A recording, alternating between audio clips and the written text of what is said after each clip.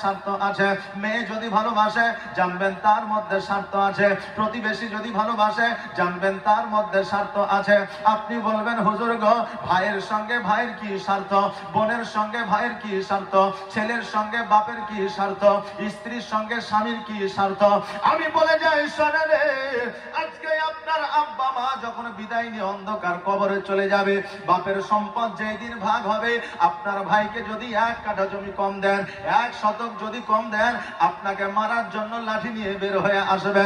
বোনকে যদি বোনের হক বুঝায় না দেন, আপনার সঙ্গে সম্পর্ক আসবে না, ভাই বলে পরিচয় দিবে না।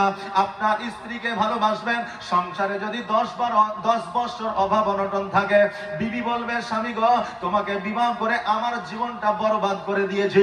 সন্তান যখন যুবক হবে 30 বছরের, সন্তান বলবে আব্বা গো, আমাকে তুমি জন্ম দিয়েছো কিন্তু টাকা পয়সা দিতে পারো না, জমি